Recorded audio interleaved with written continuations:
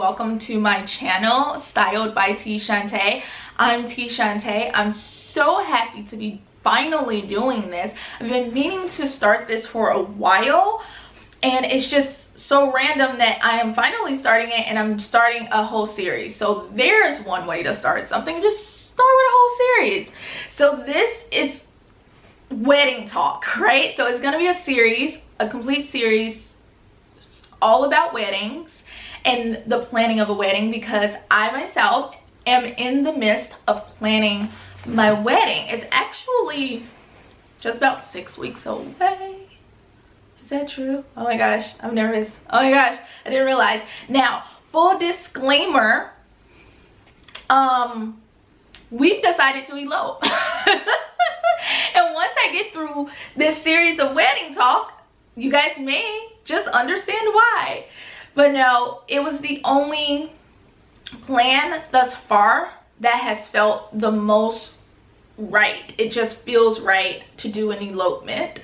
And how we get to doing an elopement is because when we were planning, and I've always wanted a small wedding, even though I never really gave wedding planning much thought when I was a younger woman or a girl, I knew it was always, I always needed it to be small. So even though we were planning for something quite small, it was still getting quite expensive. And so that meant that a honeymoon would be out. And at some point I was like, I can't reconcile not having an amazing, awesome trip. Like I can't reconcile that. So we decided that an elopement would be best for us, and it feels the most right, and I've gotten the most enjoyment out of wedding planning since I've started to plan for an elopement. And even though I've now made my final decision and we're on our way, before that, which is why I can bring you this wedding series, I planned 4 weddings, contacting the coordinators of the venues, back and forth emails, 4 different venues, 4 different situations, planned it from beginning to end with all of the details, and never, you know, executed or pulled the plug. You know, I pulled the plug on each of them, obviously, but I never like just went full steam ahead on any of them. But I did a lot of planning. I learned a whole lot, and that is why I can share all of this with you all today. I have my list here today. I'm going to share that list with you all, which is 10 budget friendly things to consider before and while booking a venue. But before we get into the list, I want to tell you what I plan to cover in the wedding series. So today we'll do venues. There will be vendors, attire, your dress, his suit. That was so much fun.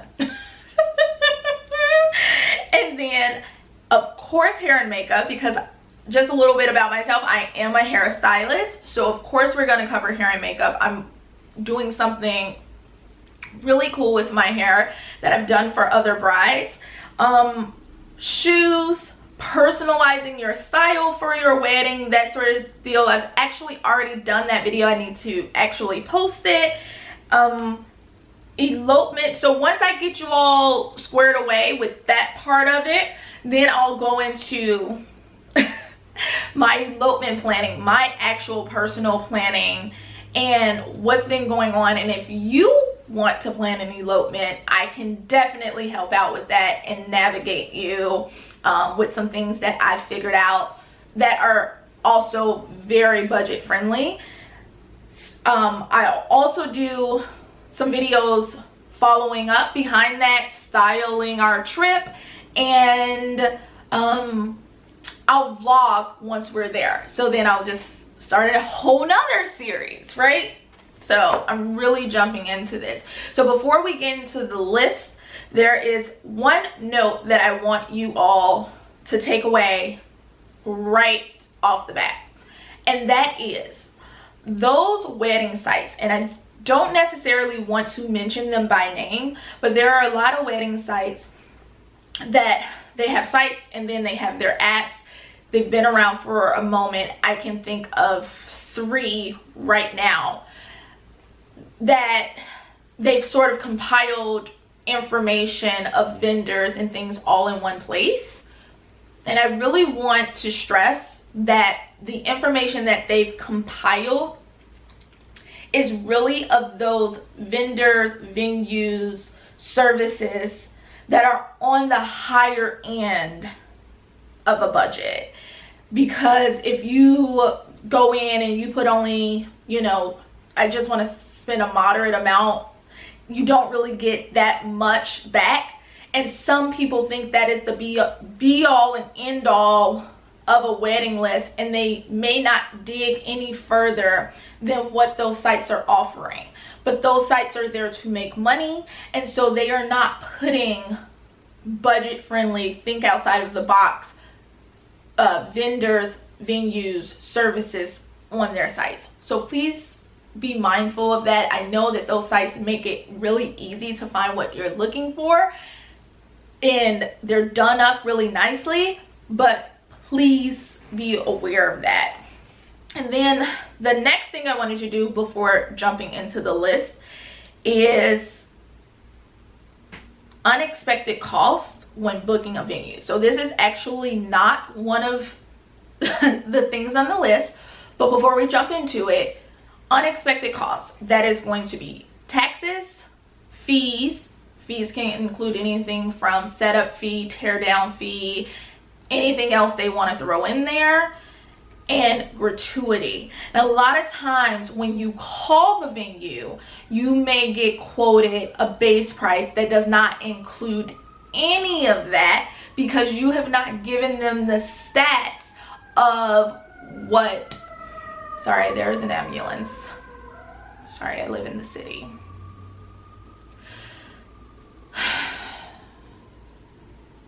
You have not given them the stats of your wedding, like the details, I should say. You haven't given them the details of what you want for your wedding. And so they can't really quote you on those things.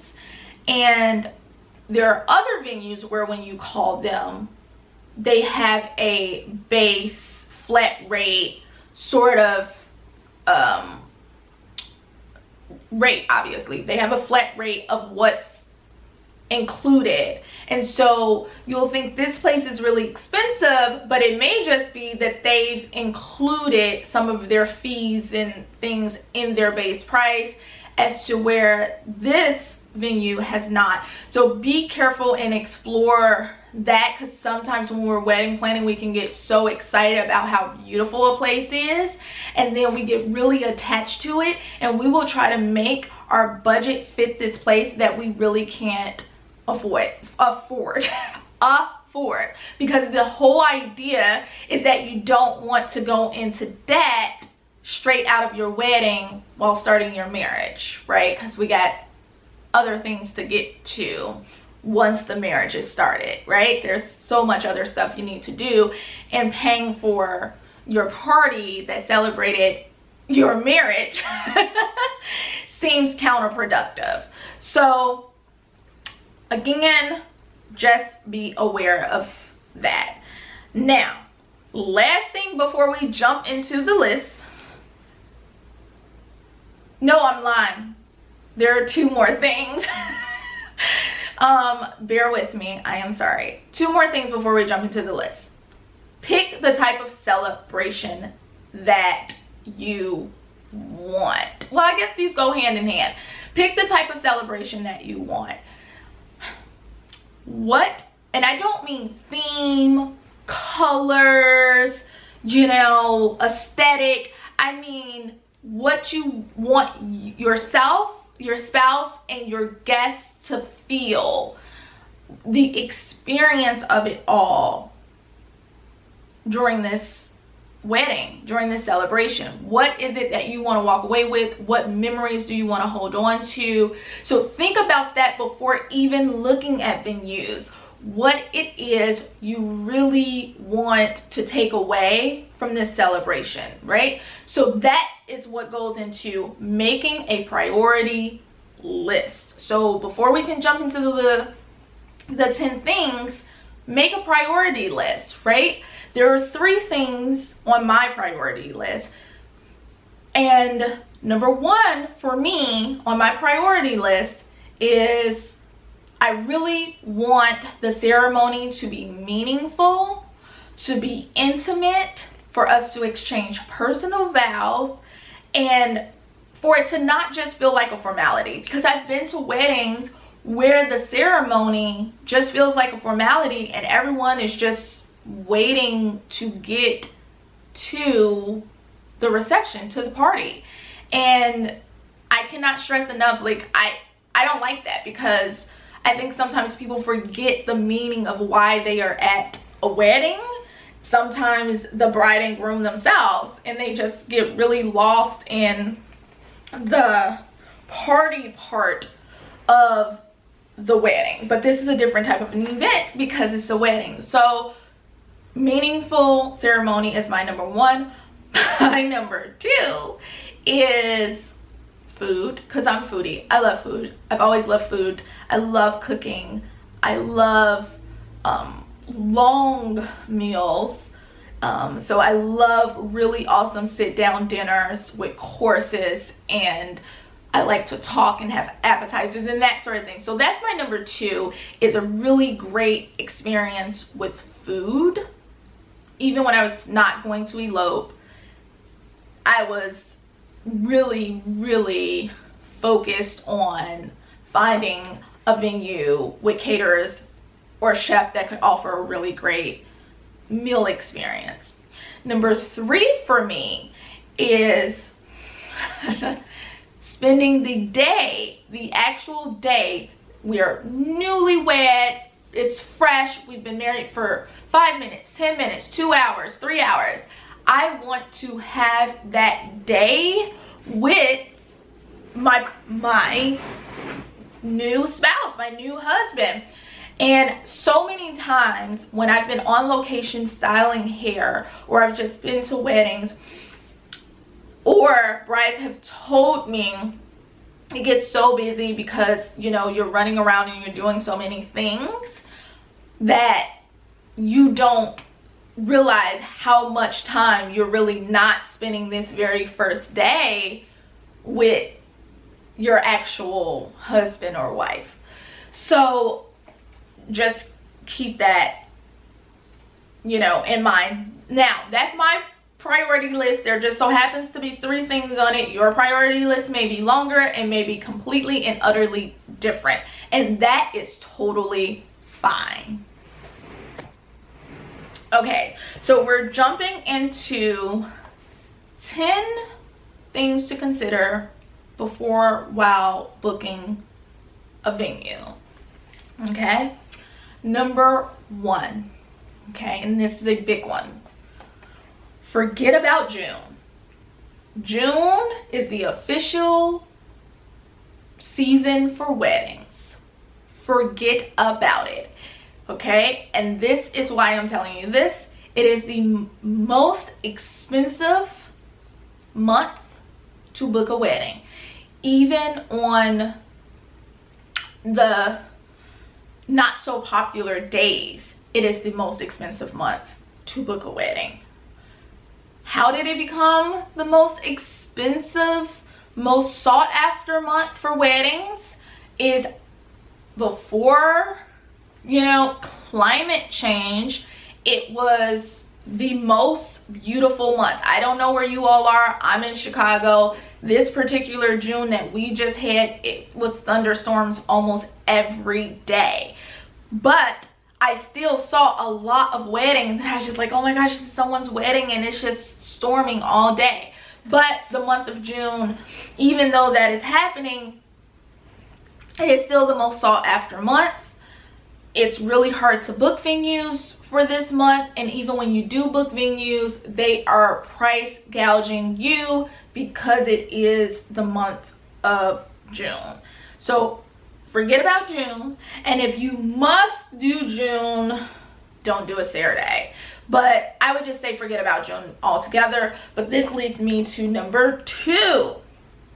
Saturdays during pretty much any time of the year, but especially from, say, March to July, or April to July, something about there, the spring and the summer. Saturdays are always more expensive for each venue. Most venues will even do a breakdown for you, say this is our Saturday price, this is our Friday price, this is our Sunday price. And depending on the venue, sometimes Fridays will be the second most expensive, and sometimes Sundays will be the second most expensive. So Friday and Saturday will switch places for who is the second most expensive, but Saturday is always the most expensive day. So if you are willing to be flexible with the day that you get married, and I get it, Saturday is the easiest day, it's after Friday, sometimes people get off work early on Friday, and then they have Sunday to rest. I get all of that, but you can save anywhere from a minimum of like $400 to $500 all the way upwards of $2,000, depending on if you're able to shift from a Saturday to another day. Now, skipping Saturdays is one thing, picking a Friday or a Sunday is another, but if you can even pick a weekday, you will really save big. And I get that that's not common, but it's just how the wedding industry works. Number 3, think outside of the box. And what I mean about that is when you pick a venue, think of a public park, a garden, an art gallery, cute rooftop hotels or restaurants, Airbnbs, bed and breakfasts. Thinking outside of the box and not just reaching for a cookie cutter wedding venue just may save you tons of money, right? So it's okay to think outside of the box. Also, and a lot of people I see do this now, separate your ceremony from your reception, because I'm not saying definitely do that, but it can be budget friendly. One of the 4 weddings I was planning, I was going to have it somewhere here. It's in Evanston. It's on the Northwestern campus. It's called the Shakespeare Garden. Now, if you're having a wedding there, it has to be a very small wedding, but the garden was absolutely stunning. It is beautiful, which means I did not need any flowers because I was in a garden. And having it there was only going to cost me, for the cost of the venue, I believe $400. That was it. It was going to cost me $400, and it was so beautiful. It was outdoors, and they don't book any other weddings there if you are having your wedding there for that entire day. So if it happens to rain that morning and you were due to start in the morning, but you're like, oh, it's raining, we can't do it, you could totally wait because there's nothing else booked. So I really like the idea of that. That was a really cool way that we were gonna do it. And so, excuse me, so I really suggest thinking outside of the box and consider gardens. Gardens are a wonderful place to have a wedding, you know, and they're treated for books, so you don't have to worry about that sort of thing. So that was number 3. Number 4, okay, I live in the city. I live dead smack in the city, which means most of my friends and family live dead smack in the city. And let's be honest, a lot of city folk only know the city, and they don't really want to venture out. But choosing the outskirts of a metropolitan area, choosing the outskirts of somewhere other than a metropolitan area, you save big. The further you go out, the further down the cost of the venue becomes, really, unless it's one of those places that's just really sought after and everyone wants it. But because they're in these little pockets and they don't have a higher population of people booking with them, they just tend to be a little less. So consider that. So in Chicago, if you're in Chicago, you could consider some of the suburbs. Some of the suburbs can be expensive, but also Indiana, which is kind of like, it's just as far as a suburb from us as any of the other suburbs. So just consider that. I know being in the city, you get some of the scenery and people really like it, but the upside of the outskirts is it'll be a little quieter, it can be a bit more intimate, and you usually are not rushed as you are in the city to really do anything. And then number 5, picking an all-inclusive venue that can provide more than just having so it'll be all inclusive, so you don't have all of these a la carte services. When you do it a la carte, which not a lot of venues are not all inclusive, so this you do have to dig and research, but the ones that are, and you don't have to do these a la carte things, it comes out cheaper. Just because if you do anything a la carte, what happens? You know, it gets more expensive. Each person wants to make a certain amount of money for that day. I was going to do London House Chicago, which is a luxury hotel, and it is lovely here in Chicago, and there are a lot of things that were going to be included, and that place is amazing, and it is not the least expensive. It's in the moderate range, but for all that you get, it really was lovely. They were even including my cake, including a hotel suite for us to get ready in, even though I live right here in the city. So it really was and remains a wonderful option.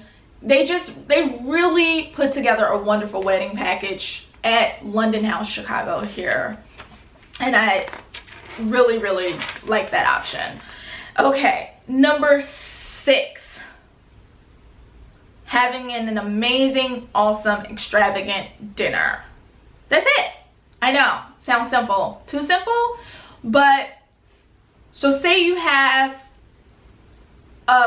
your ceremony at a beautiful public park or garden, and then going either to a restaurant or to someone's home or your home with a personal chef and having this beautiful extravagant dinner. If partying, depending on your priority list and what's important to you for your wedding, this could be an amazing wedding. Even doing it, figuring out how to do it outside. We have tons of beaches here in Chicago. There's one particular called Northerly Island, and it is really spectacular looking, but we also have a lot of forest preserves here just all over, and figuring out how to get a beautiful, extravagant, wanderlust sort of dinner going with nature as your backdrop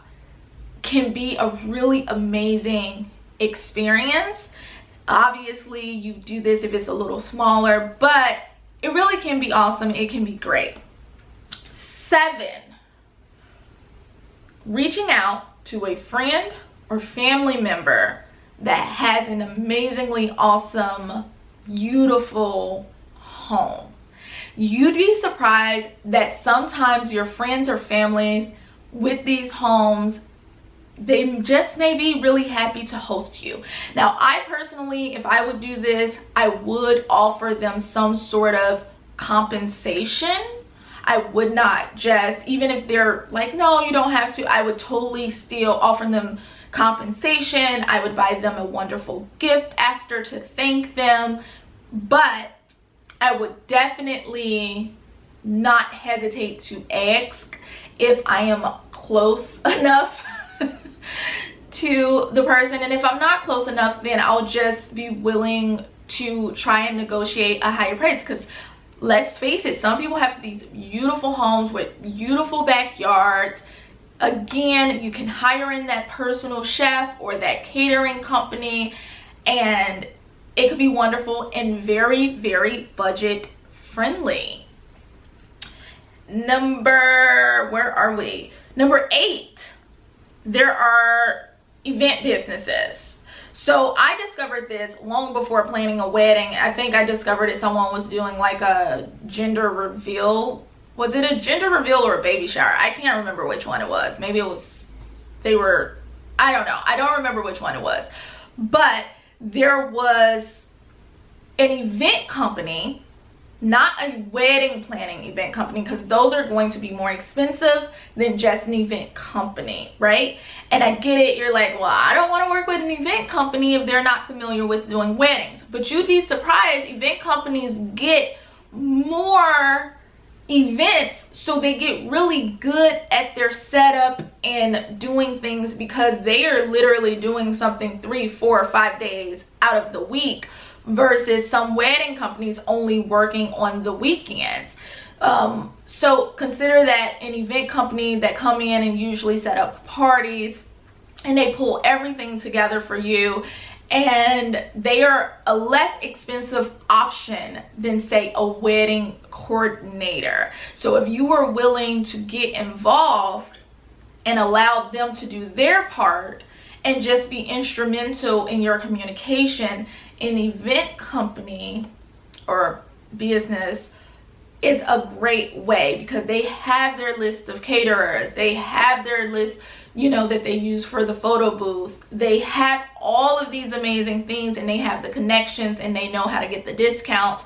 So using an event company over a wedding coordinator can save you money. It's not going to be as inexpensive as if you did not use anyone, but I have found that it is less expensive, because let's be honest, nowadays, social media era, we are doing things so extravagant and over the top that everyone has a, you know, not everyone, but a good amount of people has a lot of that magic, you know, to make things look really upscale and extravagant. Okay, number 9. Pick a venue that is fairly new. This one is really awesome, and I'm gonna tell you why. A venue that is fairly a venue that is fairly new will likely discount to host you, because they are still looking to build their portfolio and build, you know, their reviews and that sort of deal. So picking a place that is fairly new, a business that is wanting to host events that is fairly new, can save you quite a bit of money, because they just want to make their mark. They want to get those images, you know. Now in exchange, they will say something like, you know, do you mind if we send in our own photographer just to get some photos of you and get some photos of your experience? And you may have to sign off on that at the beginning of your contract, but hey, it's budget friendly. I don't think it's too much of an imposition, and you save some cash. Number 10, this one. So this rounds out the list. Last but not least, number 10 is restaurants. Do not dismiss restaurants. So obviously, like I said, I live in a major, really large city, and there are tons and tons and tons of restaurants. Now, if you walk around sometimes, you will find that some of these restaurants are not even open during certain hours. You have your restaurants that are not open during daytime hours, so they're not open from, say, 9 a.m. to 4. They don't start opening up until 5. And then you have your brunch restaurants that's not open from 3 until 9 or 10 p.m., right? And so reaching out to them and asking them if you could host some sort of an event, they would not be opposed to it. And I don't mean just your reception. Some of these restaurants have lovely little areas, outdoor areas like terrace in the back of their restaurants or whatnot, or patios, and you can have a really lovely ceremony that moves into the restaurant or transition somehow into a lovely reception. Again, remember, brunch restaurants open for business during the day, close for business at night, and then a lot of upscale date night sort of restaurants not open for business during the day, open for business at night. So there are options there. I really love brunch spots because you can get that later afternoon, nighttime wedding situation going. And I don't know about you guys, but a lot of brunch restaurants are really freaking cute. They're just so adorable, and you don't have to do that much to, you know, turn it into a really great space. So those are the 10 budget friendly things that you can do or consider to save yourself some cash before going into, so you don't have to go into debt for your wedding. And I really hope that that's helpful. Please like, comment, subscribe, hit the notification bell, because I have more content coming, and I really think that it is going to be so helpful for you all. I wish that it was, you know, something for me when I started planning where it was all compiled in one space. All of this information, it's gonna be great, I promise. So thank you all so much for watching. I hope to see you all next time. Bye.